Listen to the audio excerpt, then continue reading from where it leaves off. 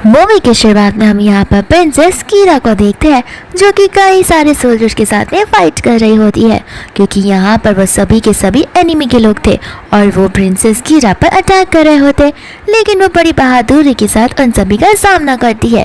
साथ ही साथ यहाँ पर कीरा के साथ में उसका हस्बैंड होता है। फिर वो दोनों वहाँ से अपनी जान बचाकर भागने लग जाते हैं, लेकिन यहाँ पर वापस से कई सारे सोल्जर्स होते हैं जो उन्हें आपस में घेर लेते हैं। फिर यहाँ पर हम कीरा के भाई को देखते हैं जिसका नाम ज़ी होता है। एंड यहाँ पर कीरा से पूछने लगती है कि आखिर मैं तुम्हारे साथ ऐसा क्या किया है जो तुम मुझे मारना चाहते हो।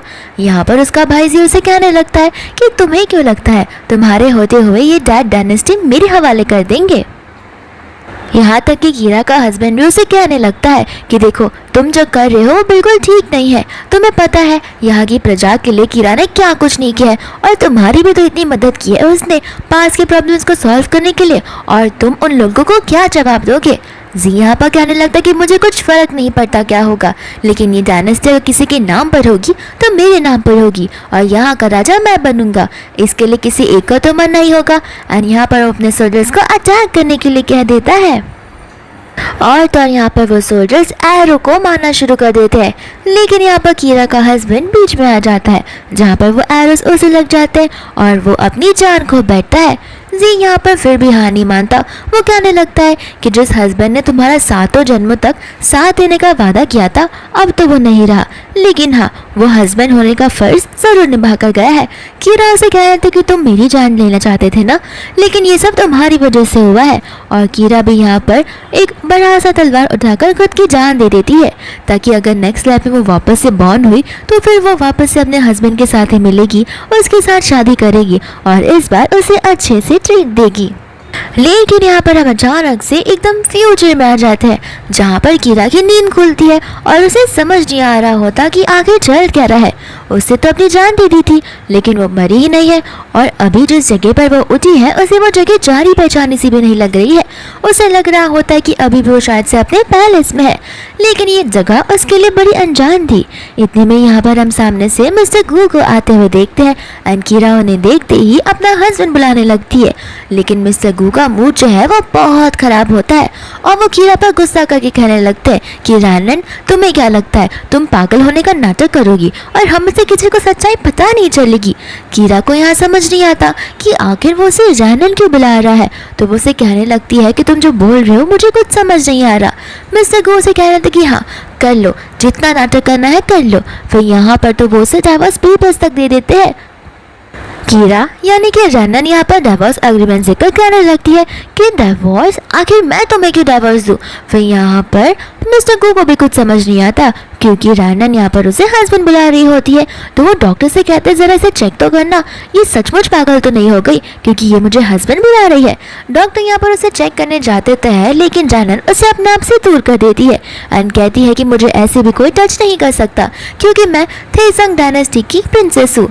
यहाँ पर डॉक्टर कहने लगता है कि मैडम आप ये क्या कह रही हो, लगता है आपने टाइम ट्रैवल वाले कुछ ज़्यादा ही ड्रामास देख लिए जो आप हिस्टोरिकल ज़माने में पहुँच गई हो। यहाँ पर मिस्टर गो गुस्से में आकर डॉक्टर से कहते हैं कि देखो कुछ भी हो अगर ये बीमार है तो इसे ठीक करो और इसे ट्रीट करो और जल्द से जल्द इस डिवोर्स पेपर्स पर इसका साइन ले लो। इतना बोलकर यहाँ से वो गुस्से में चला जाता है। यहाँ पर रैनन उसके पीछे जाती तो है, लेकिन डॉक्टर उसे रोक देते हैं और उसका चेकअप करने के लिए कहते हैं, लेकिन रैनन तो यहाँ पर उन्हें ही धक्का मारकर नीचे चली जाती है जहाँ पर वो उस बड़े से घर को देखती है। हालांकि उसका पैलेस भी उतना ही बड़ा होता है, लेकिन यहाँ की जो चीज़ें हैं यानी कि एसेट्स वो बिल्कुल एकदम मॉडर्नाइज होती है। तो उसे समझ नहीं आ रहा होता कि आखिर ये हीरे जवाहरात ऊपर क्यों टंगे हुए हैं। साथ ही साथ यहाँ पर वो एक वाइन की बोतल को भी देखती है, लेकिन मेड उस बोतल को उसके हाथों से ले लेती है एंड कहती है कि समझ नहीं आता ऐसे भी कोई चीज़ें नहीं छुआ करते, अगर गिर जाता तो। रैनन उन्हें कुछ बिना बोले सोफा पर बैठ जाती है तो मेड आपस में इशारा करने लगते हैं एंड यहाँ पर वो दोनों मिलकर रैनन को तंग करने लगते हैं। रैनन मन में सोचने लगती है कि इस विला की मालकिन तो मैं हूँ, तो ये लोग मेरे साथ ऐसा क्यों बर्ताव कर रहे हैं। यहाँ पर मेड्स कहने लगते हैं कि अगर हम किसी की बात सुनेंगे तो वो मिसेस मिया की होगी, तुम्हारी तो बिल्कुल भी नहीं। रैनन कहते हैं कि अच्छा अब तुम्हें तो बताना पड़ेगा कि आखिर मैडम कौन है। एंड यहाँ पर मेड्स भी कुछ कम नहीं होती, वो बाकी की मेड्स को भी बुला लेती है। फिर यहाँ पर उन सब में झगड़ा होने लगता है और मारा पीटी भी। दूसरा हम यहाँ पर मिस्टर गू के साथ में मिया को देखते हैं, जो कि रानन और मिस्टर गू के डिवोर्स के बारे में बात कर रही होती है। दूसरा हम यहाँ पर घर का सीन देखते हैं, जहाँ पर सभी की सभी मेड्स रानन को ही अपनी मालकिन मान लेती है और हमें समझ आ जाता है कि उस फाइट में कोई और नहीं बल्कि रानन ही जीती है। इतने में यहाँ पर मिस्टर गू और मिया भी वहाँ पर आ जाते हैं। फिर बाद में रानन उसे टी ऑफर करने लगती है। मिया यहाँ पर रानन से कहने लगती कि देखो, मैं जानती हूँ कि तुमने मुझे स्विमिंग पूल में धक्का दिया है, लेकिन तुम टेंशन मत लो, मैंने गू से कह दिया है कि वो तुम्हें कुछ बोलेगा नहीं और तुम पे चिल्लाएगा भी नहीं। रानन को कुछ समझ नहीं आता। वह यहाँ पर उसे एक मेमोरी याद आने लगती है, जहाँ पर रानन को तो मिया ने धक्का दिया था स्विमिंग पूल में, और तो मिया खुद ब खुद भी स्विमिंग पूल में गिर गई थी। तब जाकर रानन को समझ आता है कि ये कितनी बड़ी चालाक इंसान है। तो वो कहने लगती कि मिया, तुम्हें नहीं लगता तुम कुछ ज्यादा ही झूठ बोलने लगी हो।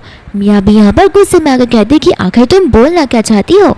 मन ही मन रानन बोल रही होती है कि तभी मैं सोचूं कि आखिर मेरे हस्बैंड मुझसे इतना गुस्सा क्यों है। दूसरों यहाँ पर मिया कहने लगती है कि लगता है रानन मुझे यहाँ पर देखकर खुश नहीं है, तो मुझे वापस से जाना पड़ेगा। और यहाँ पर वो रोने धोने का नाटक करने लगती है। रानन कहते कि अरे तुम क्यों तकलीफ ले रही हो, मेरी जो मेज है तुम्हें लेकर जाएंगी और तुम्हें जान से भी मार देंगी। यहाँ पर असिस्टेंट तो डर जाता है, कहते कि जान से मार देंगी, आप क्या बोल रही हो, आपको पता भी है। रानन कहते कि हाँ जान से मार दूंगी, ये छोटी सी चीटी जैसी तो है। तो फिर बाद में असिस्टेंट कह रहा था कि आप ये सब नहीं कर सकती। रानन कहते कि ठीक है कोई बात नहीं, एक काम करो, इसे नील डाउन करवाओ और तब तक थप्पड़ मारो जब तक मैं रुकने को ना कहूँ। और सभी की सभी में तो उसके पास चली जाती है, जहाँ पर मिस्टर गू के हाथों में से वो चाय का कप गिरने लगता है। तो रानन उसे पकड़ तो लेती है, लेकिन गिरने वाली थी। एंड यहाँ पर मिस्टर गू ही उसे पकड़ लेते हैं और वो दोनों ऐसे घूमने लगते हैं जैसे पास लाइफ में वो दोनों एक दूसरे को देख रहे हो। रानन भी सोचने लगती है कि आखिर ये सारे बदलाव मेरे हस्बैंड में आए कहाँ से। यहाँ पर वो उससे डाइवोर्स पेपर्स के बारे में याद दिलाता है, जहाँ पर रानन उसे मना कर देती है और कहती कि तुम्हें लगता है कि मैं पागल हूँ, ऐसा बिल्कुल भी नहीं है। तो फिर मिस्टर गू से याद दिलाते हैं कि तुम भी तो कह रही हो कि तुम थेसंग ग्रुप की कीरा करके प्रिंसेस हो। और यहाँ से वो उसे खींचकर ऊपर ले जाता है, जहाँ पर वो न्यूज़ चालू कर देता है। और यहाँ पर न्यूज़ में थेसंग ग्रुप के कुछ स्पीशीज है जो कि बताए जा रहे थे। रानन यहाँ पर उस टीवी को देखकर शॉक हो जाती है कि आखिर इसके अंदर ये लड़की कैसे कैप्चर हो गई, मुझे इसे बाहर निकालना होगा। एंड यहाँ पर वो मिस्टर गू के ऊपर गिर जाती है। मिस्टर गू से बोलने लगता है कि तुम कह रही थी ना कि तुम थेसंग ग्रुप की प्रिंसेस हो, तो जरा वहाँ पर तो देखो। एंड यहाँ पर जैसे उन चीज़ों को देखने लगती है वो बहुत इमोशनल हो जाती है, क्योंकि उसे उसके हस्बैंड और उसके पास लाइफ के बारे में याद आ जाता है कि वो लोग यहीं पर रहा करते थे और ये सारी चीज़ें यूज़ किया करते थे। और साथ ही साथ यहाँ पर वो पास में भी चली जाती है, जहाँ पर उसके हस्बैंड ने उसे प्रपोज किया था, लेकिन कीरा उस प्रपोजल को एक्सेप्ट नहीं कर पाती, क्योंकि कीरा की डायनेस्टी और पड़ोस की डायनेस्टी में एक वॉर होने वाला था। तो कीरा अपनी जान की जो चीज़ें हैं वो नहीं कह सकती कि वो बच भी पाएगी या नहीं। लेकिन यहाँ पर उसका हस्बैंड यानी कि सून टू बी हस्बैंड उसे कहने लगता है कि मुझे तुम पर पूरा भरोसा है कि तुम जल्द लौटोगी और एकदम सुरक्षित, इसलिए मैंने तुम्हारे लिए वेडिंग ड्रेस भी प्रिपेयर कर दिया है, साथ साथ वेडिंग ग्राउंड भी। यहाँ पर भी कीरा उसके इस पॉजिटिव साइड को देखकर बहुत खुश होती है। फिर वापस से हम प्रेजेंट में आ जाते हैं, जहाँ पर कीरा सोच लगती है कि मुझे तो लग रहा था कि मुझे आफ्टर लाइफ में मेरे हस्बैंड का साथ मिलेगा, लेकिन लगता है कि मैं फ्यूचर में आ चुकी हूँ जहाँ पर मैं अकेली हूँ और ये तो मेरा हस्बैंड ही नहीं हो सकता। यहाँ पर मिस्टर गू कीरा को यानी कि रानन को कहने लगता है कि देखो, जितना जल्दी हम डिवोर्स लेंगे उतना जल्दी हमारे लिए ठीक रहेगा, वरना बस हम एक दूसरे का टाइम वेस्ट करते आ रहे हैं। कीरा यहाँ पर उसे कहने लगती है कि टाइम वेस्ट और डिवोर्स ठीक है। और यहाँ पर वो उसे कहने लगती है कि उस तस्वीर में जो तुम में कुछ भी देख रहे हो वो सच में मैं ही थी और वो मेरी ही चीज़ें हैं। तो फिर वो कहना था कि अब बस भी करो, कितना बोले जाओगी, और इतना झूठ, और भी हिस्टोरिकल चीज़ों को लेकर। फिर कीरा यानी कि रानन यहाँ पर बो डाउन करती है और उससे एकदम डायनेस्टिक वे में माफ़ी मांगती है। कहती है कि मुझे माफ़ कर देना, मुझे लगा कि तुम मेरा रियल हस्बैंड रहोगे, लेकिन मुझे बस कुछ समय दो, मैं यहाँ पर नई आई हूँ, तो मैं चीज़ों को अडाप्ट कर लूँ, उसके बाद में हम दोनों डाइवोर्स ले सकते हैं। मन ही मन यहाँ पर मिस्टर गो सोचने लगते हैं कि अब न कौन सी नई चाल चलने वाली है, और उसे कह देते कि ठीक है, मैं तुम्हें 6 मंथ्स का टाइम देता हूँ। यहाँ पर रानन भी कहते हैं कि हाँ, जब तक मैं इंडिपेंडेंट नहीं हो जाती मुझे बस तब तक तुम्हारा साथ चाहिए। मिस्टर गो भी राजी हो जाते हैं एंड कहते हैं कि 6 मंथ तक कुछ प्रॉब्लम्स मत खड़ी करना, वरना ऑन द स्पॉट डिवोर्स में साइन कर दूंगा और ज़बरदस्ती तुमसे भी साइन करवा दूंगा। तब तक मैं तुम्हें 6 मंथ्स का मौका देता हूँ। फिर इतने में यहाँ पर असिस्टेंट आ जाता है जो कि उसे एक ऑक्शन के इवेंट के बारे में बताने लगता है। रानन को लगता है कि उस ऑक्शन में उसकी भी चीज़ें होंगी, तो वो वहाँ जाने के लिए मिस्टर गो से इंसिस्ट करती है, लेकिन यहाँ पर मिस्टर गो उसे मना कर देते हैं। रानन कहते हैं कि तुम मेरे साथ ऐसा क्यों कर रहे हो? माना कि तुम मुझे डिवोर्स लेना चाहते हो, लेकिन तब तक तो तुम मेरा साथ दे ही सकते हो। मिस्टर गो यहाँ पर उसे कहने लगता कि नहीं, तुम वहाँ जाकर प्रॉब्लम्स खड़ी कर लोगी। तो रानन यहाँ पर चाकू उठा लेती है और बोलती है कि मैं अपने हाथ को काट कर दिखाना चाहती हूँ, वो ब्लड धरती पे गिरेगा और अर्थ ही प्रूफ रहेगा कि मैं सचमुच वहाँ पर प्रॉब्लम नहीं खड़ी करूँगी। और ऐसा वो करे इसके पहले ही यहाँ पर उसके हाथों से वो चाकू मिस्टर गो छीन लेते हैं और यहाँ पर उन दोनों की बीच की क्लोजनेस कुछ ज़्यादा ही बढ़ जाती है, जहाँ पर मिस्टर गो नर्वसनेस में आकर उसे आने के लिए हाँ कह देते हैं।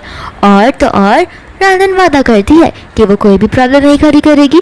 इसके बाद में मिस्टर गो वहाँ से चले जाते तो रानन कहने लगती है कि दिखने में तो एकदम मेरे हस्बैंड के जैसे दिखता है, लेकिन इसकी पर्सनालिटी तो बड़ी ख़राब है और इसका सोल भी मेरा हस्बैंड ऐसा हो ही नहीं सकता। न जाने मेरे हस्बैंड का सोल किसकी बॉडी में हो सकता है। इसके बाद में यहाँ पर रानन जब अपने रूम में होती है तो फिर असिस्टेंट उसके लिए गाउन्स लेकर आ जाता है एंड कहता है कि मिस्टर गो ने उस इवेंट में आपको इनमें से कोई चूज़ करने के लिए कहा है। फिर बाद में यहाँ पर रानन सभी ड्रेसेस को देखने लगती है और मन में सोचने लगती है कि फ्यूचर में तो ये लोग बड़े अजीब से ड्रेसेस पहनते हैं जो कि किसी को समझ ना आए, लेकिन फाइनली उसे एक ड्रेस पसंद आ जाती है। दूसरा यहाँ पर मिया होती है जो कि मिस्टर गो से कह रही थी कि तुम्हें नहीं लगता इस बार वापस से वो कोई वल्गर सा ड्रेस पहनकर आ जाएगी जिसकी वजह से तुम्हारी और तुम्हारी फैमिली की रेपुटेशन खराब हो सकती है। तो इससे अच्छा होगा कि हम दोनों खुद ब खुद ही चले जाएं और उसे यहाँ पर छोड़ दे।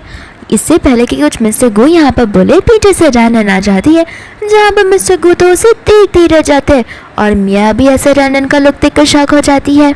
फिर बाद में यहाँ पर मिया मिस्टर गो का हाथ पकड़कर चलने के लिए कहती है, लेकिन रानन बीच में आ जाती है। मिया कहते कि तुम्हें समझ भी आ रहा है तुम क्या कर रही हो।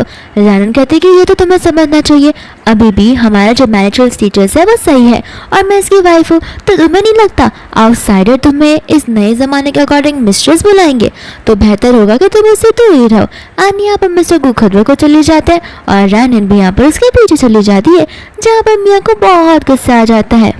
एंड जाने के टाइम पे यहाँ पर असिस्टेंट गाड़ी को रेडी कर लेता है, लेकिन यहाँ पर रानन असिस्टेंट पर चिल्लाने लगती है कि ये क्या है, मैंने तुमसे कहा था कि हमारी सवारी तैयार करो, तुमने तो ये न जाने कौन सा कॉफिन रेडी कर दिया है। तो फिर असिस्टेंट को भी कुछ समझ नहीं आता। असिस्टेंट कहते हैं कि आपकी सवारी कार ही तो है, मैंने अच्छे से रेडी किया है। बाद में यहाँ पर रानन उस कार के लोगों को देखकर सोचने लगती है कि आखिर ये छोटा सा गोल्डन कलर का ईगल तुमने यहाँ पर क्यों लगाया है और ये जिंदा भी है या फिर मर गया है। एंड यहाँ पर मिस्टर गो को लगने लगता है कि ये अभी भी नाटक कर रही है। तो फिर यहाँ से वो लोग जाने लगते हैं और फिर यहाँ पर वो लोग ऑक्शन में पहुँच भी जाते हैं। एंड यहाँ पर ऑक्शन शुरू हो जाता है जहाँ पर एक बड़ा सा प्रीशियस बॉल आता है और इसकी बैटिंग शुरू होती है 10 लाख से। यहाँ पर रानन कहने लगते हैं कि इतने मामूली सी बॉल के लिए ये लोग इतना प्राइस क्यों लगा रहे हैं, हमारे ज़माने में तो ये गरीबों को ऐसे ही बांट दिया जाता था। तो फिर यहाँ पर मिया रानन से कहने लगती है कि तुम क्या थोड़ी सी पागल हो, इस बॉल को छोटी सी चीज़ बुला रही हो। फिर दूसरों यहाँ पर मिया मिस्टर गो से कहने लगती है कि क्या ये बॉल प्लीज़ तुम मेरे लिए खरीद सकते हो। एंड यहाँ पर ये ऑक्शन में ये बॉल मिस्टर गो जीत जाता है, जहाँ पर मिया एकदम क्यूट बनकर उसे थैंक यू भी बोलने लगती है। इसके बाद में ऑक्शन का सेकंड थिंग आता है जो कि वो क्राउन होता है और पास्ट लाइफ में ये क्राउन कीरा के हस्बैंड ने उसे दिया हुआ था एज अ वेडिंग क्राउन। तो फिर यहाँ पर कीरा उसे देखकर यानी कि रानन उसे देखकर इमोशनल हो जाती है। तो फिर मिस्टर गू से उस क्राउन को लेने के लिए कहती है।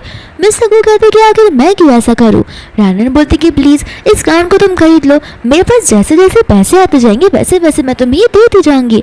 एंड मिया को समझ आ जाता है कि अब रानन को ये क्राउन चाहिए, तो वो जानबूझकर उसका प्राइस 50 लाख कर देती है। तो फिर यहाँ पर कीरा भी यानी कि रानन भी अपने साइड से 80 लाख बोल देती है, लेकिन यहाँ पर वापस से मिया जो है इसका प्राइस 1 बिलियन कर देती है। दूसरा यहाँ पर रानन मिस्टर गू से रिक्वेस्ट ही करती रह जाती है। यहाँ पर रानन खुद से उसका प्राइस डबल कर देती है यानी कि 2 बिलियन। मिस्टर गू कहते कि मेरे पैसे को उड़ाते हुए और ऐसे बर्न करते हुए तुम्हें रोना नहीं आता क्या। तो फिर यहाँ पर होस्ट जो है आखिरी बार पूछते हैं कि मिस्टर गू क्या सच में आपको इसका प्राइस डबल करना है। मिस्टर गू भी कहते थे कि हाँ मेरे पास इनफ पैसे है। एंड यहाँ पर वो क्राउन साथ साथ वो वेडिंग ड्रेस रैनन को मिल जाती है। इसके बाद में रैनन उसे लेकर जा रही होती है तो उसे मिया मिल जाती है जो कि उसको चिल्लाते हुए आती है, जो कि कहने लगती है कि तुम्हें पता भी है कितने महंगे प्राइस में तुमने ये खरीदा है और तुमने मिस्टर गू के कितने पैसे बर्बाद किए। रैनन यहाँ पर कहने लगती है कि मिस्टर गू ने भी तो तुम्हें ये बोल दिला है, उसे पैसे की बर्बादी कहते, अपनी वाइफ को कोई चीज़ एज ए गिफ्ट देना उसे बर्बादी नहीं बोलते। तो फिर यहाँ पर वो कहने लगती है कि ये तो एक मामूली सा शादी का जोड़ा ही है, लेकिन मैंने जो लिया है वो एक बहुत प्रीशियस पल है। रैनन कहती है कि प्रीशियस पल, लगता है तुम्हारी आंखों पर पट्टी बंधी हुई है, ध्यान से देखो वो प्रीशियस पल तो मेरे क्राउन में लगा हुआ है। फिर हमें पास का सीन बताया जाता है जहाँ पर उसका हस्बैंड कीरा को उस प्रीशियस पल के बारे में बता रहा होता है। प्रेजेंट में यहाँ पर मिया रैनन से कहने लगती है कि तुम्हारे पास कौन सा प्रूफ है कि ये पल रियल है या फिर फेक। तो रैनन यहाँ पर मिया का पर्ल ले लेती है और उसे नीचे गिरा देती है एंड कहते कि देखा ये टूट गया, इसका मतलब ये रियल नहीं है। और इतना कर वो वहाँ से चली जाती है जहाँ पर मिया को बहुत गुस्सा आने लगता है। इसके बाद में यहाँ पर रैनन लॉबी में बैठी थी तो फिर वापस से मिया यहाँ पर आ जाती है जहाँ पर रैनन उसे सिस्टर करके बुलाती है। मिया कहते कि बहन बोलने का नाटक बंद कर दो। तो फिर मैं तुम्हें पहले की बात याद दिलाना चाहती हूँ, पहले तो तुम बहुत ओबीडियंटली मेरी बातें सुना करती थी और तो और मेरी पैर की जूती रहा करती थी, लेकिन अब लगता तुम्हारी जुबान कुछ ज़्यादा ही चलने लगी है।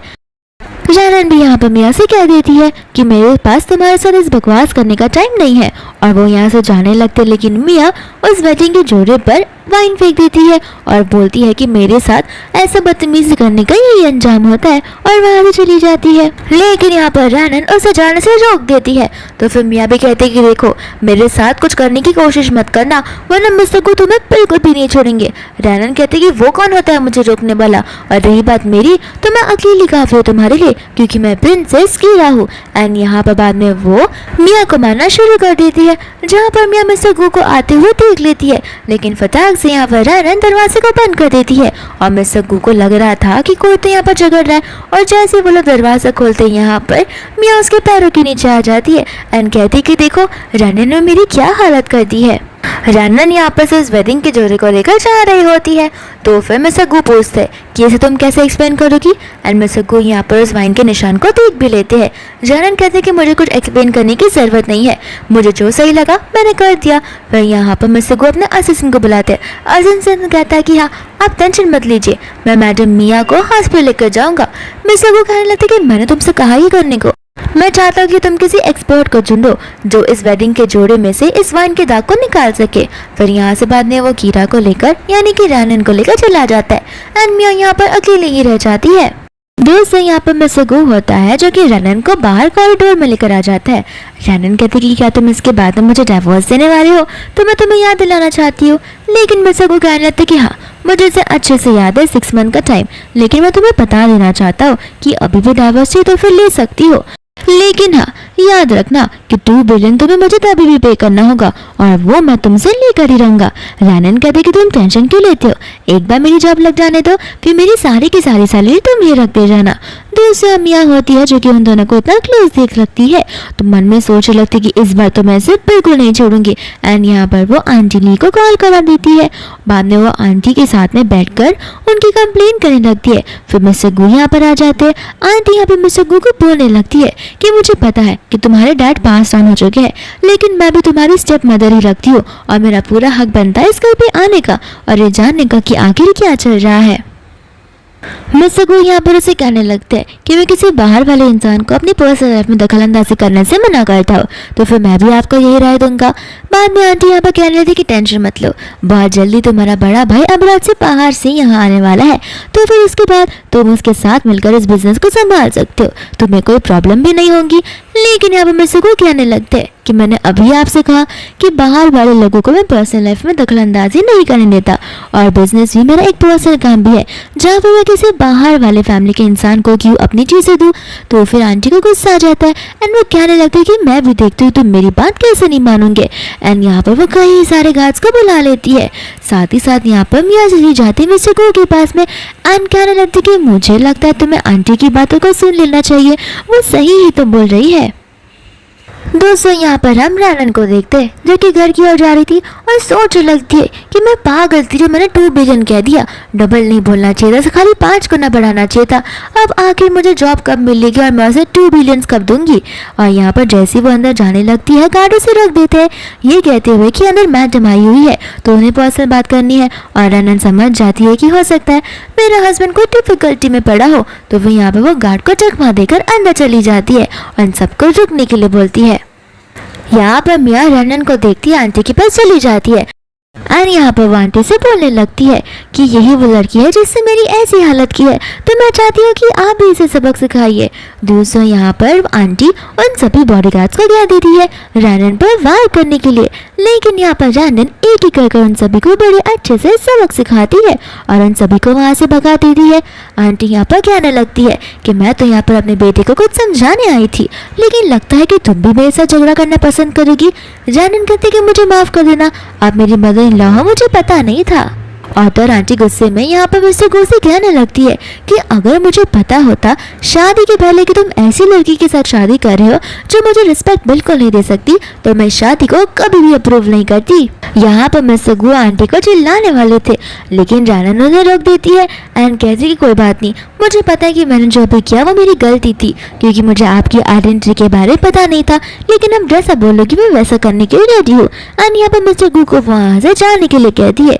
इसके बाद में यहाँ पर वो आंटी रैनन से कहने लगती है कि मैंने सुना है कि तुम बहुत जल्दी डिवोर्स लेने वाली हो, बड़ी अच्छी बात है, तुम्हें भी तुम्हारी पोजीशन और तुम्हारे स्टैंडर्ड समझ में आने चाहिए कि तुम हमारी फैमिली के लायक ही नहीं हो। और वो उसे उठपटांग बातें भी बोलने लगती है, जहाँ पर रैनन आंटी से बोलने लगती है कि क्यों, अगर मैं उसके लिए सूटेबल नहीं हूँ तो और कौन है।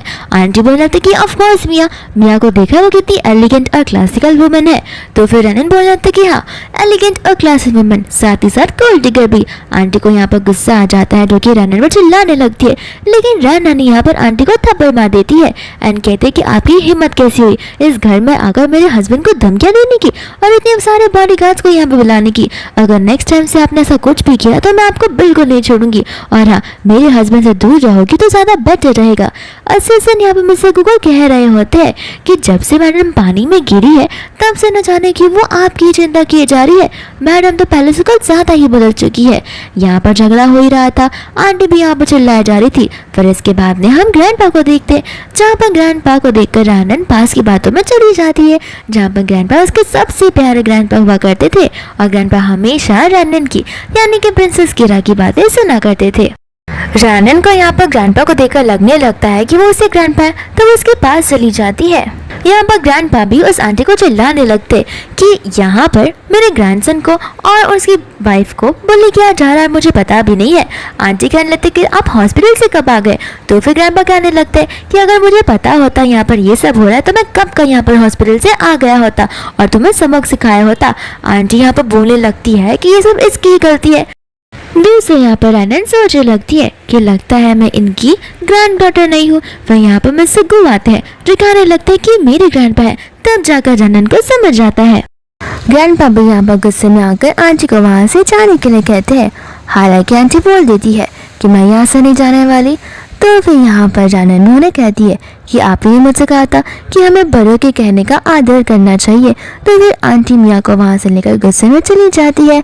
फिर बाद में ग्रैंडपा भी यहाँ पर रैनन से कहने लगते हैं कि मुझे लगा ही था कि ये सब कुछ इसकी वजह से हो रहा है, तुमने मुझे पहले से बता देना चाहिए था, मैं तुम्हारी हेल्प करने के लिए आ जाता। रैनन यहाँ पर मिस्टर गो का हाथ पकड़कर कहने लगती है कि नहीं ग्रैंडपा, जैसा आप सोच रहे वैसे नहीं है, मिस्टर गो और मैं एक साथ बहुत खुश है। ग्रैंडपा कहने लगते कि मुझसे झूठ बोलने की कोई ज़रूरत नहीं है, अगर तुम दोनों एक दूसरे के साथ इतना खुश होते तो अभी मेरे पास मेरा ग्रेट ग्रैंडसन होता। और तो यहाँ पर वो कहने लगते कि रही बात उस आंटी की या फिर मियाँ की और मिस्टर गो की भी, अगर गो या किन में से कोई भी तुम्हें कोई भी तकलीफ पहुँचाएगा तो फिर तुम मुझे बता देना, मैं इन्हें सबक सिखा दूंगा। एंड यहाँ पर ग्रैंडपा मिस्टर गो को कुछ बोलने भी नहीं देते। इसके बाद में हम यहाँ पर मिस्टर गो को शावर लेते हुए देखते हैं। मिस्टर गो यहाँ पर बाहर निकल कर रैनन से पूछने लगते हैं कि अगर तुम इस बेड पर सोओगी तो मैं कहाँ सोऊंगा। रैनन कहने लगते कि तुम कांच पर सो जाना, क्योंकि ये तो मेरा रूम है, तो बेड पर सोने का हक तो मेरा बनता ही है। एंड मिस्टर गो यहाँ पर रैनन को ग्रैब कर लेते हैं और तो यहाँ पर उसे बोलने लगता है कि मैं सब कुछ समझ जाऊँ कि तुम्हारे इरादे क्या है। तुमने ग्रैंडपा की ग्रेट ग्रैंडसन वाली बात तो कुछ ज़्यादा ही सीरियसली ले लिया है। साथ ही साथ यहाँ पर रैनन उसके मसल्स को भी फील करने लगती है। तो फिर मिस्टर गो से सुनाए जा रहे थे। रैनन कहते कि मुझे छोड़ दो वरना तुम्हारे लिए बेहतर नहीं होगा। एंड यहाँ पर मिस्टर गो को शर्टलेस करके वहाँ से भाग जाती है और वॉशरूम में जाती है अपने हार्ट को काम डाउन करने की कोशिश करती है क्योंकि उसका हार्ट बीट बहुत लाउड और बहुत फास्ट बीट हो रहा था। इसके बाद में यहाँ पर वो ग्रैंडपा के साथ में खाना खाने के लिए बैठ जाती है, जहाँ पर वो ग्रैंडपा से कहने लगती कि मुझे माफ़ कर देना, आज मैं ज़्यादा समय तक यहाँ पर नहीं रुक सकती, मुझे बाहर जो जाना है। ग्रैंडपा कहने लगती कि क्यों, तुम दोनों के साथ नहीं रहते और वीकेंड पे क्या तुम दोनों अलग अलग टाइम स्पेंड करने लगते हो। तो फिर रैनन यहाँ पर बहाने मारने लगती है।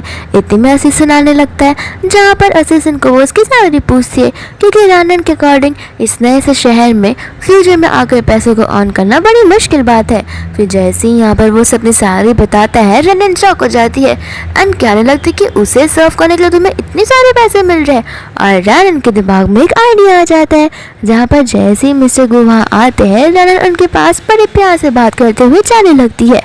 मिस्टर गो ने कहने लगते कि आखिर तुम करना क्या चाहती हो। एंड रैनन यहाँ पर उसे सजेशन देने लगती है कि तुम्हें नहीं लगता तुम्हारा काम इतना ज़्यादा मुश्किल है इमोशनली और फिजिकली, तो वहाँ पर तुम्हारे पास कोई रहना चाहिए, तुम्हारी एक पर्सनल असिस्टेंट। और मिस्टर गो यहाँ पर उसे मुंह पे मना करके वहाँ से चले जाते हैं। इसके बाद में यहाँ पर हम देखते हैं कि मिस्टर गो ऑफिस में थे और यहाँ पर मिया उनके लिए कॉफ़ी लेकर आ जाती है और उन्हें सेड्यूस करने की कोशिश करने लगती है। यहाँ पर रैनन आकर उन्हें ऐसी हालत में देख लेती है एंड कहते कि माफ़ कर देना, मुझे नहीं पता था कि यहाँ पर तुम अपना प्राइवेट टाइम स्पेंड कर रहोगे। और वो कमरे के बाहर जाकर कान लगाकर उनकी बातों को सुनने लगती है। दूसरे मिस्टर गो होते हैं जब यहाँ से बोलने लगते कि आखिर बताओ तो मुझे क्यों ढूंढ रही थी और तुम्हें क्या काम है। मिया यहाँ पर मिस्टर गो से बताने लगती है कि तुम्हें तो पता ही होगा, तुम एक न्यू हिस्टोरिकल ड्रामा को प्रमोट कर रहे हो और तुम उसमें इन्वेस्ट कर रहे हो, तो क्यों ना तुम डायरेक्टर को मुझसे इंट्रोड्यूस करवा दो, क्योंकि अभी तक फीमेल लीड सिलेक्ट नहीं हुई है। तो अगर तुम मुझे डायरेक्टर से इंट्रोड्यूस करवाओगे तो फिर क्या पता वो ही मुझे वहाँ की फीमेल लीड बना दे। तो मिस्टर गो ऐसा करने से मना कर देते हैं। तो फिर मिया उन्हें प्लीज करने लगती है, लेकिन फिर भी वो नहीं मानता। फिर मिया अपना विक्टिम कार्ड प्ले करते हुए इमोशनल हो जाती है और रोने का नाटक करने लगती है कि जब मेरे फादर की डेथ हुई थी तब उन्होंने मुझसे प्रॉमिस किया था कि बड़ी होकर मैं एक अच्छी सी एक्टर बनूंगी, और तुमने भी तो मेरे डैड से वादा किया था कि तुम मेरा सा हमेशा हमेशा के लिए केयर करोगे, लेकिन लगता है कि सब पॉसिबल ही नहीं है। मैं सबको बोल रही थी कि ठीक है तुम यहाँ से जा सकती हो, मैं डायरेक्टर से तुम्हारी बात करवा दूंगा। लेकिन इसके बाद भी यहाँ से वो जाती नहीं है और मिस्टर गो को सेड्यूस करने की कोशिश करती है, पर इस बार मिस्टर गो स्ट्रिक्टली उसे वहाँ से जाने के लिए कहते हैं। रैनन को भी यहाँ पर मिस्टर गो की कैबिन से कुछ आवाज़ नहीं आ रहा होता, क्योंकि उनके जो ग्लासेस होते हैं वो साउंड प्रूफ थे, तो उसे कैसी कुछ आवाज़ आ सकता है। मन में वो कहने लगती है कि मुझे क्या करना है, ये मेरा रियल हस्बैंड है भी नहीं, मेरा रियल हस्बैंड तो सिर्फ और सिर्फ मुझे डिवोट करेगा, किसी और लड़की को नहीं। एंड वहाँ से वो बाद में चली जाती है। दोस्तों यहाँ पर रैनन जो है वो घर पे बैठी थी और वो एडवर्टाइजमेंट में देख लेती है कि एक नई हिस्टोरिकल मूवी आने वाली है जो कि प्रिंसेस कीरा पर बेस्ड थी, और वो लोग फीमेल लीड प्रिंसेस कीरा को ढूंढ रहे होते हैं जो कि प्रिंसेस कीरा का रोल प्ले कर पाए, और उसके लिए उस फीमेल लीड को 80 मिलियन मिलने वाले थे। तो वो ऑडिशन देने के लिए चल बसती है। यहाँ पर दोस्ती और मिया होती है और आसपास के उसके जो कलीग्स होते हैं वो उसे कहने लगते हैं कि हमें तो लगा था कि तुम सब कमर्शियल एड्स किया करोगी, लेकिन अब तो तुम मेन फीमेल लीड बनने वाली हो, तो हमें मत भूल जाना, हमें तुम्हारे साइड कैरेक्टर में एक्टिंग ज़रूर देना। दूसरा यहाँ पर रैनन आ जाती है, जहाँ पर मिया रैनन को देखकर गुस्सा हो जाती है। रैनन कहती है कि तुम एडिशन देने आ सकती हो तो मैं नहीं। तो मिया बोलने लगती है कि तुम्हें यहाँ पर किसने बुलाया है, ऐसे भी मिस्टर गो ने ये ऑडिशन मेरे लिए बनवाया है, तो फिर मैं ही जीत कर रहूँगी। एंड बाद में वो ऑडिशन देने के लिए चली जाती है, जहाँ पर एक स्टाफ उसे दिखती है जिसके हाथ में रैनन का हिस्टोरिकल कैरेक्टर का आउटफिट होता है। तो फिर यहाँ पर वो मन ही मन मुस्कुराने लगती है। दूसरी ओर वो स्टाफ आकर रैनन को वो उसका हिस्टोरिकल कॉस्ट्यूम देने लगती है।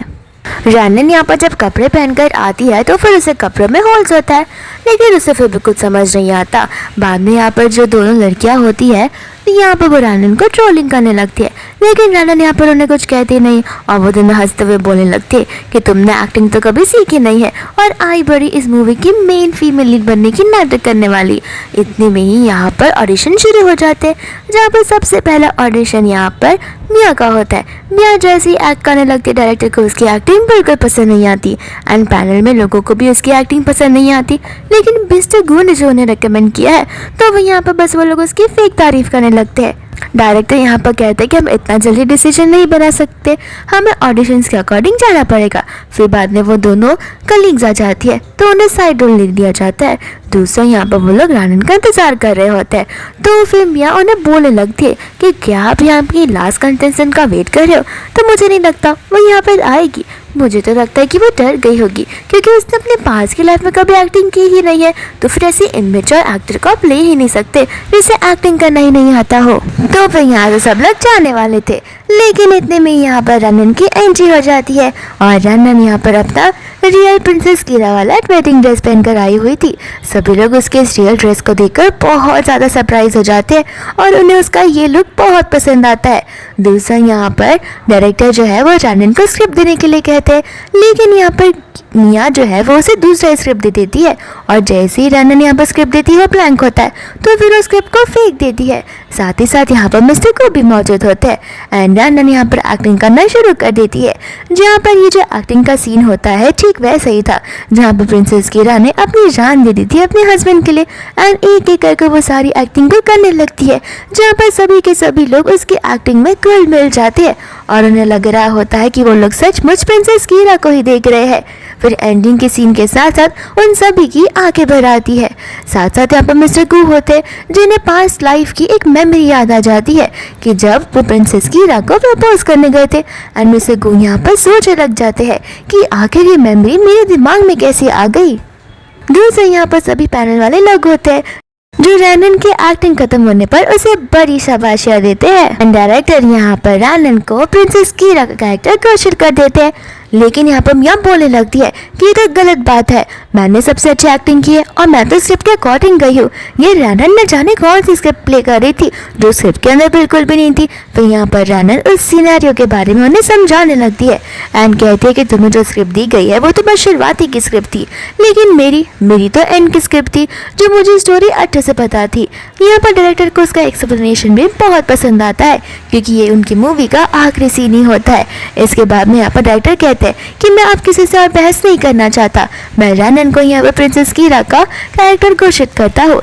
लेकिन यहाँ पर मिया जो है वो वापस से विक्टिम का प्ले करना शुरू कर देती है और वो मिस्टर गू की ओर देखती है। फिर रैनन से कहती है कि देखना ये रोल तो मैं ही लेकर रहूंगी क्योंकि मिस्टर गू मेरे साइड है। मिस्टर गू यहाँ पर रैनन से बोलने लगते हैं कि आखिर तुम यहाँ पर क्या कर रही हो और तुम यहाँ पर मिया की जॉब क्यों खा रही हो। रैनन बोलने लगती है कि पहली बात मेरी जो मर्जी होगी मैं वहाँ जाऊँगी, और रही बात इस जॉब को लेकर तो मैं अपनी एक्टिंग स्किल की वजह से मुझे चूज़ किया गया है। मिया ने इतनी खराब एक्टिंग की है कि किसी को उसकी एक्टिंग पसंद ही नहीं आई, तो उसमें मेरी क्या गलती है, जाके अपनी स्वीट हार्ट को सिखाओ ना एक्टिंग कैसे करते हैं। तो फिर मैं सबको यहाँ पर बोलने लगते कि स्वीट हार्ट तुम स्वीट हार्ट कैसे बुला रही हो। एंड बाद में यहाँ पर डायरेक्टर मिस्टर गू से कहने लगते हैं कि देखिए हमारे इस मूवी के लिए रैनन फीमेल लीड यानी कि प्रिंसेस कीरा का कैरेक्टर बहुत अच्छे से निभा सकते हैं, और रही बात मैडम मिया की तो मैं उन्हें साइड कैरेक्टर का रोल तो दे ही सकता हूँ जो वो बहुत अच्छे से निभा लेंगी। एंड यहाँ पर मिस्टर गू गुस्से में चले जाते हैं, जहाँ पर कीरा भी बोल रहे थे कि ठीक है मैं ये रोल तुम्हें देने के लिए रेडी हूँ, ऐसे भी तुम नई नई इस इंडस्ट्री में आई हो तो मैं तुम्हें सफल होता हुआ देखना चाहती हूँ। इसके बाद में यहाँ पर रैनन डायरेक्टर के साथ में कॉन्ट्रैक्ट साइन करने लगती है एंड कहती है कि 80 मिलियन से क्या आप मेरा प्राइस थोड़ा सा बढ़ा सकते हो। डायरेक्टर प्राइस पूछने लगते और रैनन 200 मिलियन बोलती है यानी कि 2 बिलियन।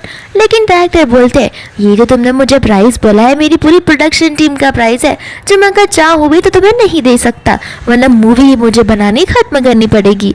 लेकिन रैनन यहाँ पर मान जाती है 80 मिलियन में ही। यहाँ पर रैनन अपने घर पर स्क्रिप्ट की प्रैक्टिस कर रही होती है तो मिस्टर गू वहाँ पर आ जाता है, तो रैनन उसे अपना कार्ड देने लग जाती है एंड कहती है कि ये पैसे मुझे डायरेक्टर ने दिए मेरी एक्टिंग के लिए, जहाँ पर ये मेरी फीस है तो तुम इसे रख लेना और बचे रहे बाकी के पैसे तो मैं बहुत जल्दी मैं तुम्हें लौटा दूंगी।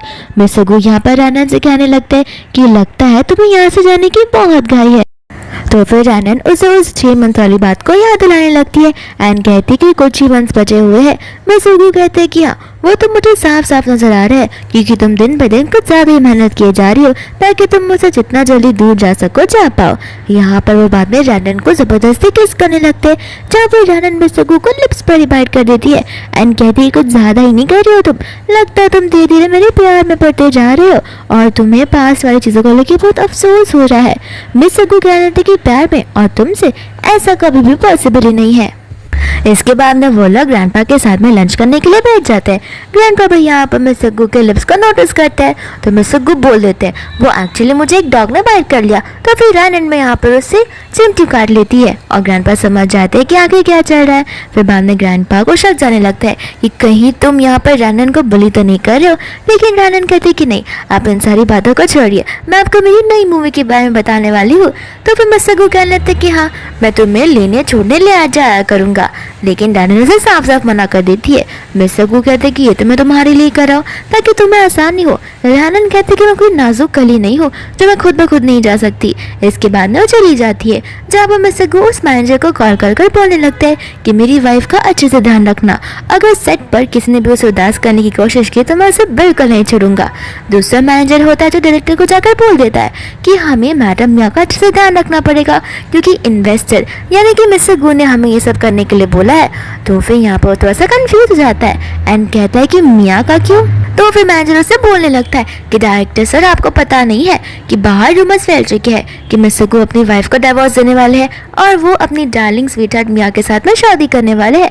एंड मिया यहाँ पर आ जाती है और मालकिन की तरह आकर सीट पर बैठ जाती है। इसके बाद में यहाँ पर मिया रैनन को देखकर बोलने लगती है कि लगता है तुम्हें बताना पड़ेगा कि तुम्हारे इस मूवी में कई सारे सीन्स हैं तो तुम्हें टाइम पर आना पड़ेगा। एक्टिंग तो तुम अच्छी कर ली क्योंकि तुम एक्टिंग में ड्रामेबाज हो, लेकिन बाकी की स्किल्स जो है वो तुम कैसे सीख पाओगी, उसके लिए तो तुम्हें टाइम देना पड़ेगा। बैठे रहेगा कि तुम अभी गिव अप कर दो। दूसरा डायरेक्टर उन्हें बताने लगता है कि मैंने यहाँ पर मार्शल आर्ट्स के मास्टर को बुलाया है जो कि तुम्हें कुछ मूव सिखाएंगे और वो तुम्हें मूवमेंट्स को हमारी इस मूवी में दिखाने पड़ेंगे। तो फिर वो लोग प्रैक्टिस के लिए चले जाते हैं, जहाँ पर मास्टर सबसे पहले मिया को सिखाते हैं एंड मिया यहाँ पर सीख भी लेती है एंड मास्टर उसकी तारीफ भी करते हैं। फिर बाद में यहाँ पर मास्टर रैनन को बुलाते हैं, लेकिन रैनन यहाँ पर जाने से मना कर देती है एंड कहते कि मुझे प्रैक्टिस की जरूरत नहीं है, मैं ऑलरेडी बहुत स्किल्ड हूँ। तो फिर मास्टर को यहाँ पर ईगो हट हो जाता है एंड वो रैनन को सुनाना शुरू कर देते हैं एंड कहते हैं कि तुम्हारी बॉडी को तुमने देखा है, तुम कितनी पतली हो और कितनी नाजुक हो, तुम तो यहाँ पर ये स्किल्स की एक्टिंग भी नहीं कर पाओगी। रैनन कहते हैं कि एक्टिंग करने की क्या जरूरत है, मुझे तो ये सब कुछ पहले से ही आता है। मिया भी यहाँ पर मास्टर से कहने लगती है आप भी ना जाने दीजिए, वो तो बहुत ज़्यादा ही चिड़चिड़ी है, मुझे नहीं लगता कि यहाँ पर वो प्रैक्टिस करेगी, यहाँ पर तो बस वो नाटक करने के लिए आई है। देखना डायरेक्टर को गुस्सा आएगा, वो गुस्से में आकर इसे तो मूवी से ही निकाल देंगे। फिर बाद में यहाँ पर वो चले जाता है रैनन के पास में, जहाँ पर रैनन उसके पैर पर हल्का सा किक मारती है तो वो गिर ही जाता है एंड रैनन यहाँ पर उसका मजाक उड़ाकर वहाँ से चली जाती है। इसके बाद में यहाँ पर टाइम आ जाता है एक्टिंग देने का, यानी कि शॉट देने का, लेकिन यहाँ पर उनका स्टंट वुमेन जो थी वो तो प्रेजेंट ही नहीं थी। लेकिन रैनन बोलते कोई बात नहीं, मैं ये जो स्टंट है खुद ब खुद भी कर सकती हूँ। एंड यहाँ पर मिया के मन में एक बड़ी अच्छी सी प्लानिंग चलने लगती है, जहाँ पर वो रैनन की हार्नेस के साथ छेड़छाड़ कर देती है एंड यहाँ पर रैनन का एक हार्नेस टूटने लग जाता है, जहाँ पर अगर वो गिरेगी तो उसकी जान में जा सकती है। लेकिन यहाँ पर वो गिरती नहीं है, बल्कि एकदम पंच की तरह उड़कर नीचे आ जाती है। यहाँ पर मास्टर को तो अपनी आंखों पर बिलीव ही नहीं होता एंड यहाँ पर नील लर्न कर रैनन को अपनी माँ से मारने लगता है। रैनन कहती कि तुम्हें मैं अपना डिसाइपल बिल्कुल नहीं बनाऊंगी क्योंकि तुम्हारे पास बहुत सारे लैकिंग्स हैं जो मैं एक्सेप्ट नहीं कर सकती। इसके बाद में यहाँ पर डायरेक्टर होते हैं जिनकी आंखों पर भी यकीन नहीं होता कि रैनन ने ये स्टंट कर दिया है। फिर बाद में यहाँ पर लंच ब्रेक आ जाता है, जहाँ पर रैनन खाने तो वाली थी, लेकिन मैनेजर उसका खाना छीन कर बोलने लगता है कि सबसे पहले मिया खाएगी फिर तुम। मिया खाने को देखकर बोलते कि मैं ये सब नहीं खा सकती। इतनी में एक साहब दूसरा खाना लेकर आकर बोलने लगता है कि मिस्टर गू ने 5 स्टार होटल से स्पेशली मंगवाया है ताकि उनकी वाइफ अच्छे से खा पाए। तो फिर रैनन मन में सोच रही होती है कि जरूर ये मेरे लिए होगा, लेकिन मैनेजर वो खाना जाकर मिया को दे देता है तो रैनन को भी गुस्सा आ जाता है। फिर इसके बाद में रात हो जाती है, जहाँ रैनन गुस्से में बैठी थी और मास्टर उसे अपना माँ से बताने की कोशिश कर रहा था एंड रैनन फाइनली मान भी जाती है। दूसरा यहाँ पर हम मिस्टर गू को देखते हैं जो कि अपने ग्रैंडपा के साथ बैठे हुए थे और तो ग्रैंडपा उसे समझाने की कोशिश कर रहे थे कि रानन एक जेमस्टोन है, अगर तुम उसे खो दोगे तो तुम बहुत पछताओगे। और यहाँ पर मिस्टर गो फ्लावर का बुके लेकर पहुंच जाते हैं रानन के पास में उसे माफी मांगने के लिए। असिस्टेंट को मास्टर का जो सिटिंग अरेंजमेंट है वो ठीक नहीं लगता है। उसे लगने लगता है कि कहीं ये इंसान रानन को प्रपोज तो नहीं कर रहा, तो फिर वो लोग फटाक से उनके पास चले जाते हैं। लेकिन यहाँ पर मास्टर तो उसे अपना ग्रैंड माँ से बोलने लगता है और उसे सारी बातें बताता है। तब जाकर असिस्टेंट को समझ आता है कि उन्हें तो एक मिसअंडरस्टैंडिंग हो गई थी। इसके बाद में यहाँ पर वो सब पूछने लगती है कि तुम यहाँ पर क्या कर रहे हो, और मिस्टर गो उसके साथ एक इवेंट में चलने के लिए कहते हैं। यहाँ पर वो लोग इवेंट में आ तो जाते हैं, लेकिन मिया यहाँ पर उसे झगड़ा करने लगती है, लेकिन रानन उसके साथ अपना ज्यादा टाइम बर्बाद नहीं करती।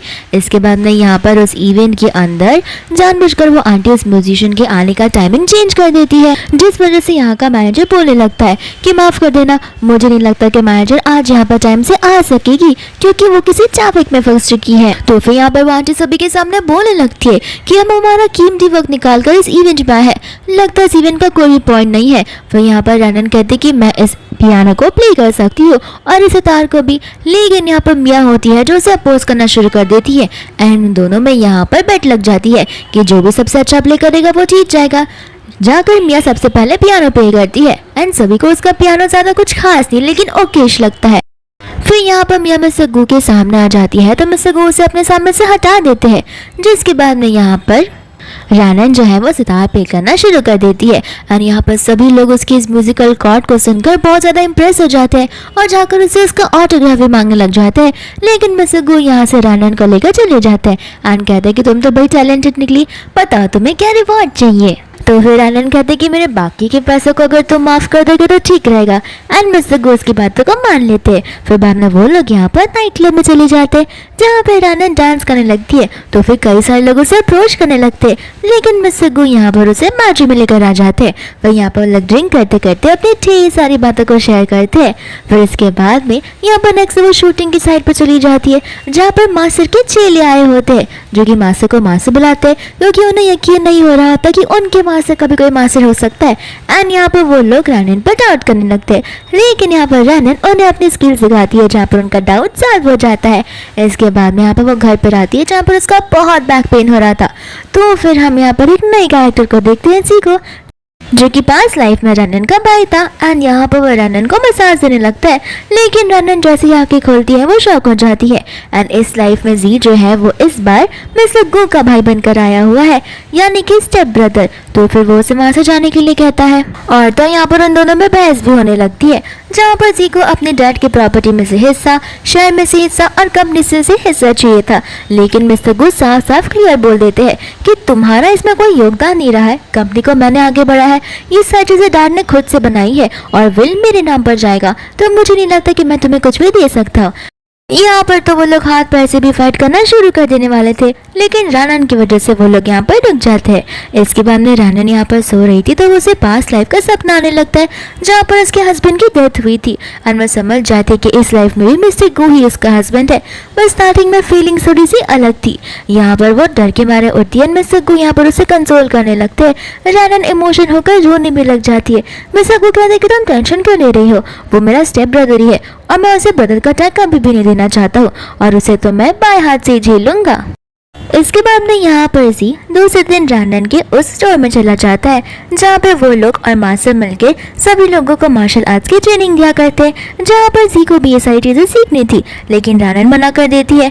फिर बाद में यहाँ पर जी मास्टर के सामने बहुत सारे पैसे निकाल देता है, जहाँ पर मास्टर वो पैसे को देखकर लालची हो जाता है, क्योंकि उसे अपने इस कंपनी के लिए बहुत सारी चीजें खरीदनी थी और नॉर्मली वो ज्यादा इन्वेस्टमेंट नहीं कर पाता। तो वो रानन को समझाने लगता है एंड रानन उसे हाँ बोल देती है। बाद में वो उन पैसे से इक्विपमेंट भी लेकर आ जाता है।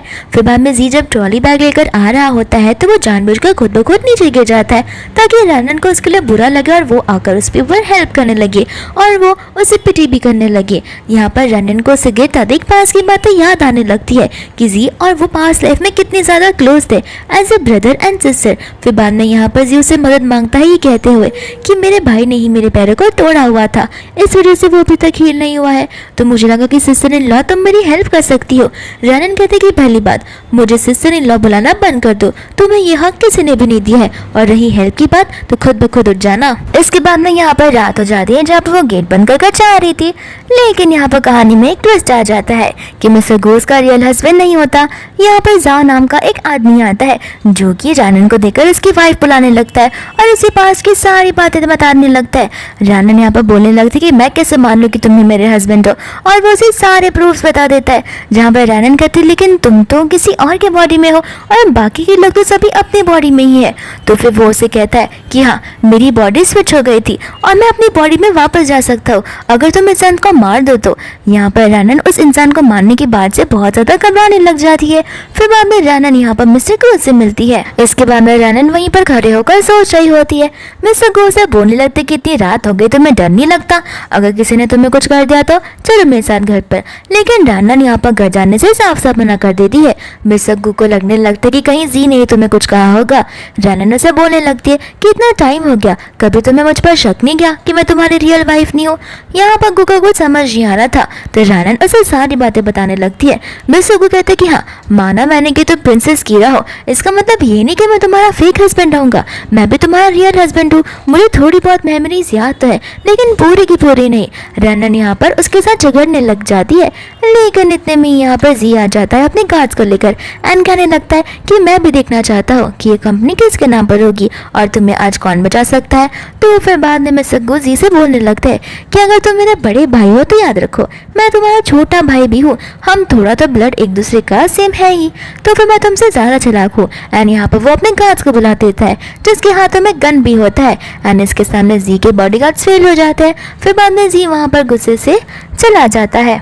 इसके बाद में यहाँ पर वो उसे लेकर घर आ जाता है और उसे घर के बाहर जाने से मना कर देता है। रानन कहती कि मैं पूरा टाइम घर में बंद नहीं रह सकती। यहाँ पर मिस्टर गो समझाने लगती कि मैं तुम्हारे लिए कर जाऊँ। इतने में असिस्टेंट एक बुरी खबर लेकर आ जाता है। मिस्टर गो यहाँ पर रानन को घर में रहने के लिए कहता है और वहाँ से चले जाते हैं उस इमरजेंसी को सॉल्व करने के लिए। एंड मिस्टर गो जी से मिलने लग जाते हैं। तो फिर सिंह यहाँ पर उसे सारी बातें बताने लगता है। मिस्टर गो यहाँ पर जी से कहते हैं कि तुम्हें क्या लगता है, मुझे पता नहीं है कि मेरे डैड की मौत किस वजह से हुई थी। मेरे पास सारे के सारे प्रूफ्स है, लेकिन तुम्हारी मॉम ही यहाँ पर आई थी जिन्होंने मेरे पैरों में रोकर गिराया था ताकि मैं तुम्हें जेलों के पीछे ना भेजूं। इस वजह से मैं अभी तक चुप हूँ, लेकिन अगर मैंने पुलिस को सारे डॉक्यूमेंट्स दे दिए तब तुम्हारा क्या होगा। जी यहाँ पर कहने लगता है कि जाओ दे दो, तुम्हारी मरती हुई बॉडी उन्हें सारे डॉक्यूमेंट्स देगी या फिर तुम्हारी आत्मा, मैं भी ये देखना चाहता हूँ। साथ साथ यहाँ पर वो उसे एक फोटो बताता है जिसके अंदर रानन थी एंड रानन यहाँ पर जाओ के साथ में थी। मिस्टर गो को वो साफ साफ कह देता है कि कोई चालाकी करने की कोशिश मत करना, वरना मेरा आदमी जो है वो रानन के साथ में है और वो रानन को चुटकियों में ही खत्म कर सकता है। फिर बाद में यहाँ पर वो मिस्टर गो को चेयर से बांध देता है। दूसरा यहाँ पर हम रानन को देखते हैं और जाओ को देखते हैं। जाओ यहाँ पर रानन का ब्रेन वॉश कर रहा होता है कि किस तरीके से उन्हें मिस्टर गो को मारना पड़ेगा, तब जाके जाओ उनका रियल हस्बैंड मिस्टर गो की बॉडी में आ पाएगा। फिर बाद में यहाँ पर वो लोग उसी लोकेशन पहुंच जाते हैं जहाँ पर उसे चेयर से बांधा हुआ था। फिर बाद में यहाँ पर जाओ जो है रानन को चाकू दे देता है। तुम्हें मेरी जिंदा रहने के लिए इसे मारना पड़ेगा, वरना मैं उसकी बॉडी में कभी नहीं जा पाऊंगा और मैं जिंदा भी नहीं रह पाऊंगा। इसके बाद में यहाँ पर रानन को चाकू दे देता है, जहाँ पर रानन धीरे धीरे मिस्टर गू के करीब जाने लगती है। मिस्टर गू से कहने लगता है कि क्या तुम सच में मुझे मारना चाहोगी। रानन को वो सारी पास मेमोरीज याद आने लगती है जो कि उसने मिस्टर गू के साथ में बिताई हुई थी। फिर यहाँ पर बाद में रानन बोलने लगती है कि हाँ, मेरे दिल में सिर्फ और सिर्फ एक ही इंसान है जो कि मेरे हस्बैंड है और इसके अलावा और कोई भी नहीं। तो फिर मिस्टर गू कहते हैं कि ठीक है, अगर तुम यही चाहती हो तो मैं तुम्हें कुछ फोर्स नहीं करूंगा, तुम्हारी जो इच्छा है तुम कर सकती हो और मुझे अभी के अभी यहाँ पर मार सकती हो। और रानन यहाँ पर चाकू जो है वो मिस्टर गू को नहीं बल्कि यहाँ पर जी के ऊपर लगा देती है एंड कहती है कि मुझे अच्छे से पता था ये सारी की सारी चाल तुम्हारी होगी, क्योंकि मेरा हस्बैंड कभी भी किसी को इतना हार्म पहुंचाने की कोशिश नहीं कर सकता। भले वो खुद मर जाएगा लेकिन वो किसी भी ऐसे इनोसेंट लोगों को मरने नहीं दे सकता। फिर बाद में यहाँ पर जी जो है वो इशारे करने लगता है जा को, और दूसरा यहाँ पर हमारे मिस्टर गू बड़े चालाकी से रोप को ओपन करने लगते हैं। जाओ यहाँ पर रानन को मारने वाला था लेकिन मिस्टर गू आ जाता है जिनके सर पर चोट लग जाती है एंड तब जाकर मिस्टर गू को अपने पास लाइफ के बारे में सब कुछ याद आ जाता है। तो फिर वो रानन को एक एक करके सारी चीजें बताने लगते हैं एंड रानन को बिलीव होता है कि मिस्टर गू ही उसका रियल हस्बैंड है। तो उससे यहाँ पर जी होता है जो कि इन ड्रामा वाली चीज़ों को लेकर बड़े मजाक उड़ाया जाता है एंड कहने लगता है कि तुम दोनों तो कुछ ज़्यादा ही इमोशनल हो चुके हो, लगता है तुम सभी को मुझे एक रियलिटी चेक देना ही पड़ेगा। फिर बाद में यहाँ पर वो उन्हें मारने वाला था कि इतने में बॉडीगार्ड आ जाता है जो कि जाओ को गोली मार देता है और ढेर सारे बॉडीगार्ड्स यहाँ पर आ जाते हैं जो कि ग्रैंडपा के साथ आए होते हैं। ग्रैंडपा भी यहाँ पर जी पर चिल्लाने लगता है, कहता है कि तुम्हें क्या लगता है मुझे कुछ याद नहीं है और तुम ये सभी गेम के मास्टर हो। फिर बाद में यहाँ पर मिस्टर गू जो है वो तो सारी बातें उसे बताने लगते हैं, जहाँ पर अपने जितने ग्रजेस होते हैं वो जी निकालने लगता है एंड कहता है कि पास्ट लाइफ में भी मुझे मेरी डायनेस्टी नहीं मिल पाई और इस लाइफ में मैं वापस से पीछे रह जाऊँगा सिर्फ और सिर्फ तुम लोगों की वजह से।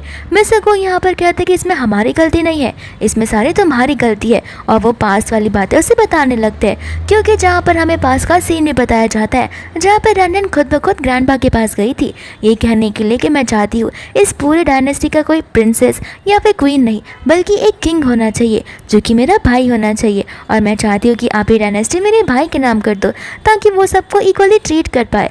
एंड यहाँ पर ये सारी बात सुनते ही जो जी है वो बहुत ज़्यादा इमोशनल हो जाता है और उसे समझ आने लग जाता है कि उसने बहुत बड़ी गलती की है। उसे हमेशा से लगता आ रहा था कि उसकी बहन और उसका हस्बैंड ये उसके सबसे बड़े दुश्मन है, लेकिन उसकी बहन ने तो उसे सारी चीज़ें पहले से दे ही दी थी, इस बात की खबर उसे थी ही नहीं। एंड यहाँ पर उसे बहुत गिल्टी फील होने लगता है जहाँ पर वो चाकू लेकर खुद को ही मार देता है। एंड रैनन यहाँ पर उसे बचाने की कोशिश करती है लेकिन जी उसे बचाने से मना कर देता है एंड कहता है कि अगर तुमने मुझे बचाया तो मैं अपनी पूरी ज़िंदगी गिल्ट में जी लूँगा, इससे अच्छा है कि नेक्स्ट लाइफ में मैं तुम्हारा एक अच्छा भाई लेकर जन्म लूँगा और अच्छा भाई भी बनकर बताऊंगा।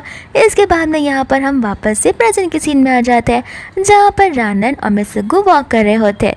मिस्टर गू यहाँ पर रानन से माफ़ी मांगते हैं ये कहते हुए कि मुझे माफ़ कर देना, इस बार मुझे तुम्हें पहचानने में कुछ ज़्यादा ही देरी हो गई, लेकिन मैं तुमसे प्रॉमिस करता हूँ मैं हर एक लाइफ में सबसे पहले तुम्हें पहचानूंगा और तुम्हें ही परस्यू करूँगा और तुम्हारे ही साथ रहूँगा। फिर इसी खुशी सीन के साथ ये मूवी यहीं पर खत्म हो जाती है।